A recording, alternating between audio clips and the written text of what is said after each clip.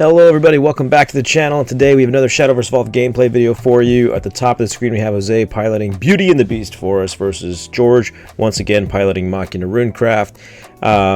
Looks like George went first, played Mecha Gun Wielder, got an assembly droid and passed. Jose plays a new card called Cheshire Cat. That card is insane for FABLE decks. It's actually just incredible. It looks like George used Delta Cannon though to out the Cheshire Cat. And then Jose follows up with a Elfchild May to out the assembly droid. It's usually hard for me to keep up with like the first few turns because so many cards come down really fast. Looks like the Mecha Wing Angel comes down. I think George is debating between doing a repair mode or an assembly droid, but he gets the repair mode and he doesn't ward it and he passes. FABLE, like the FABLE deck for Forest, got some insane new support in this new set. Looks like Jose swings with one with Elfchild May, and you're going to see a lot of it in this game here. Looks like Jose is debating on, he looks like he plays Marvelous Sunday to out the out the Mecha Gun Wielder essentially. He also heals too, so he goes back up to 20. So it's now 20 to 19 or 20 to 18. It looks like. I think George's thing says 18, so I'm just gonna match that. So looks like George is on his turn. I think it's his turn. No, it's got to be his turn 4 since he went first, and Jose just used 3 play points. So he's going to play Demon Caller. He's going to evolve it with all of his play points and summons a Paper Shikigami. Did not have Paper Shikigamis on us at the time. Sorry, guys. So just use your imagination. Paper Shikigami, of course, just says last words, draw a card and discard a card. So he's going to swing 3 at Jose, and the Mecha Wing Angel is a ward. So that's a pretty good board for George for sure. Jose plays an Aishin Flash though. Looks like he's going to pay all of it to race it. Going to bounce the Demon Caller back to George's hand, and he's going to swing over the Mecha Wing Angel. So very good follow-up play for Jose, and he's going to hit George for another 3, putting him down to 15. Yeah, I definitely missed 1 damage at some point. The Displacer Bot comes down. I forgot the name of the card in my last video, but I remembered it in this one. Displacer Bot. He's going to check the top 4, going to put 1 into the EX, and then bottom back to the rest. Looks like he's going to grab the Amulet, I forget what it's called, Sanguine, something. I don't remember. Horrible with names if you guys have caught on by now. He's going to evolve it. Now he can select an enemy follower in the field and deal it 4 damage because he has 2 in the EX, so it's just 2 times 2, 4 damage. Looks like he's probably going to hit the...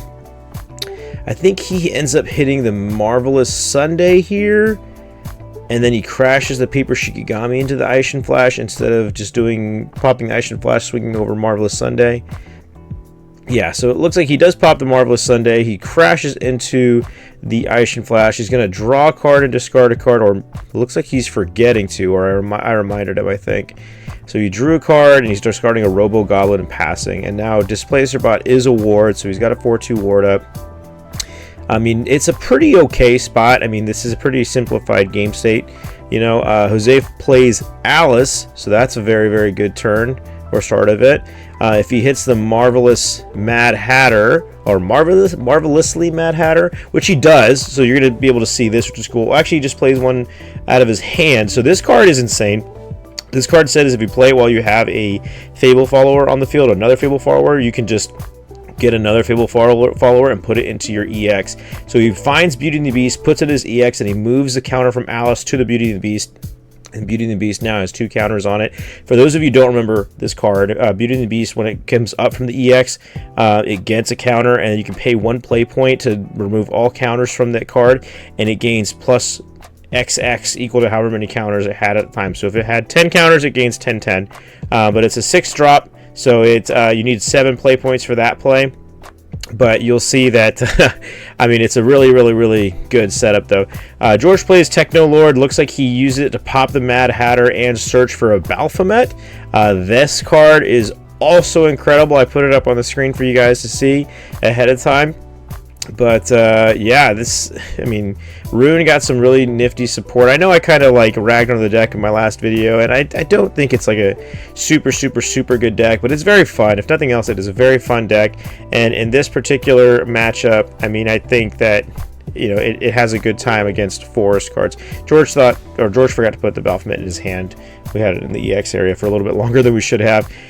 Tweedledee and Tweedledum, or Tweedledum and Tweedledee, I think. Peaks the top 5, adds a 1 cost card, or 1 cost, I don't remember if it's follower or if it's just card. I think, no, it's definitely card. It's definitely card. So I think he added a woodland band to his hand. So then he's going to play the... Good gravy, I forgot this one. This is the one that says you can remove a counter from it and destroy a follower from the board. So, looks like he does exactly that. I think it gets a counter whenever you play it too. So he outs the Technolord pretty easy. And now George, I think he's kind of debating on if he wants to drop the Baphomet here. He only has 7 play points, so he wouldn't be able to, like if he hit a Tetra, he would not be able to evolve it. But there is a good upside in that, man, you get a lot of followers from that card, I don't know. I mean, it's a little bit of a toughie for sure. But it's a slow enough game state, but you don't really want the Beauty and the Beast to come down because you don't really have a smooth out for it. So he does play the Baphomet. So he's going to pick the top 5 cards and put as many followers on the field whose levels or whose cost equal up to 6, and then put the rest on the bottom of the deck. So it looks like I saw a Tetra. I think I saw a Displacer Bot. So he does play Tetra, or maybe not. He's thinking about it for a second. He plays just the Technolord. Okay, yeah. So he's going to play the Technolord. He's going to destroy the Tweedledee and Tweedledum and add another Baphomet from his deck to his hand. He does need to banish 3 from the graveyard, though, or the cemetery, for Technolord's effect. So, okay, looks like he just remembered that. Good. I was worried that we did an illegal play here. And then Baphomet has Rush, so it's going to swing over Jose's follower. And at the end phase, Baphomet actually buffs the board, like all other Machina followers on George's board by 1/1. So that's why you see the Technolord going up to 7/7. Okay, I lost the life point counter for a second, so you'll notice a little bit of a break in the recording there. So Jose has to find a way to answer this board. It's very, very, very I guess it's kind of tough. He does play cards like Humpty Dumpty. But I don't know, man.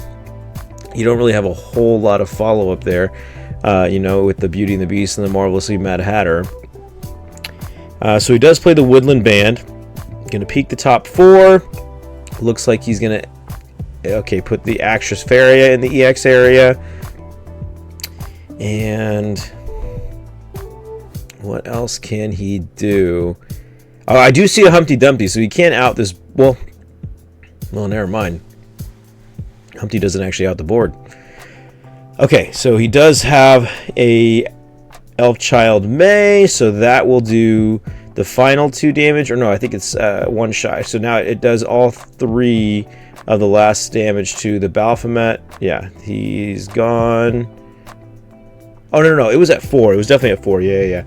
So now when the Elf Child gets bounced, Baphomet goes away.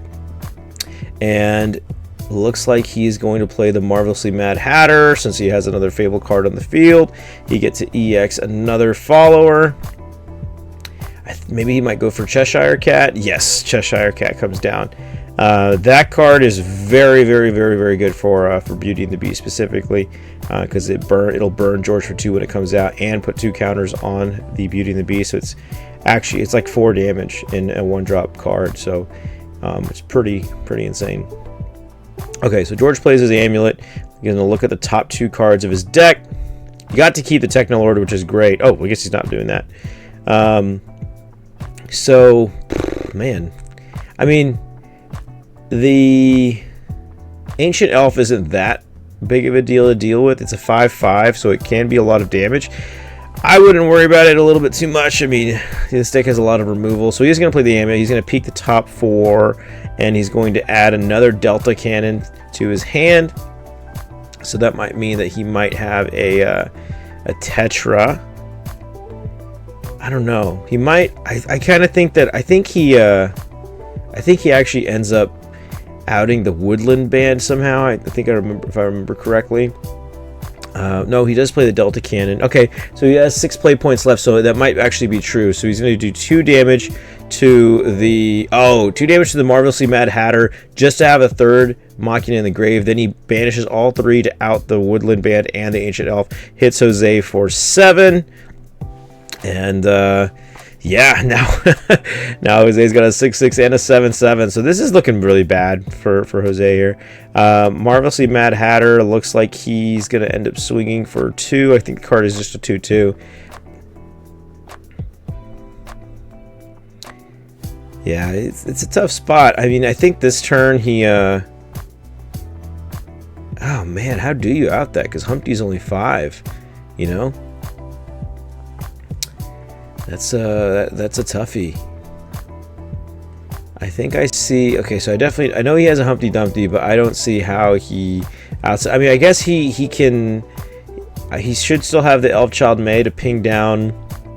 Oh, yeah, that should be it. Like, he can ping down the Standing Techno Lord by 1. Crash the Marvelously Mad Hatter into the other one to put it down to 5. And then he can Humpty Dumpty, but... Does he? I don't know. He might not want to do that. And then you can bring up the Cheshire Cat to deal 2 damage. Okay, so he does crash the Marvelously Mad Hatter into 1 Technoloid, bring it down to 5. Yes, and he Elf Child's the other one. Okay, cool. So he does Humpty Dumpty exactly as I thought he might do it. It's really weird because I really don't remember him doing that play at all. I remember him like Humpty Dumpty a different board. And then he's going to bring up the Cheshire Cat, so he's going to burn George for 2. Now he can bottom deck the Cheshire Cat to put the Beauty and the Beast up to 4 counters, and he's going to pass. He's got no hand, so he's pretty much banking entirely on the Beauty and the Beast. So George draws, I think he should be on 9 play points now.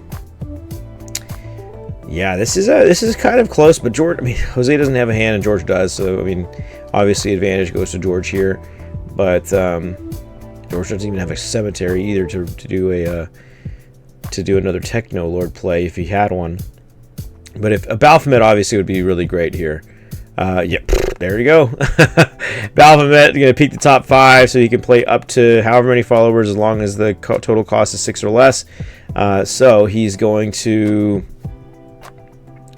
Looks like... I wish I could see what cards he's looking at so I can, make a comment, but...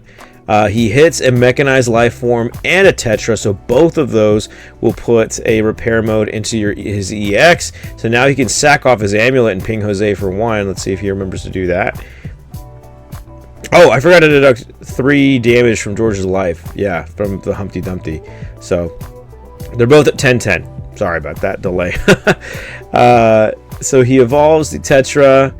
And I believe maybe he's just leaving this up so he could like repair mode on Jose's turn to, as a form of interruption. So he's going to sack off the amulet, deal 1 more damage to Jose, and he's just going to opt to heal all 3 to himself, which is good because I think that, obviously Jose can bring up the Beauty and the Beast and deal some insane damage, but he could also possibly out the Tetra to where those repair modes aren't free anymore. So Jose draws 1 card, and he's looking at what he can do now. So he brings up the Beauty and the Beast. It's at 5 counters. Then he taps the Actress Fairy to put it up to 6 counters, and he is going to hit George for 11. So it puts George down to 2.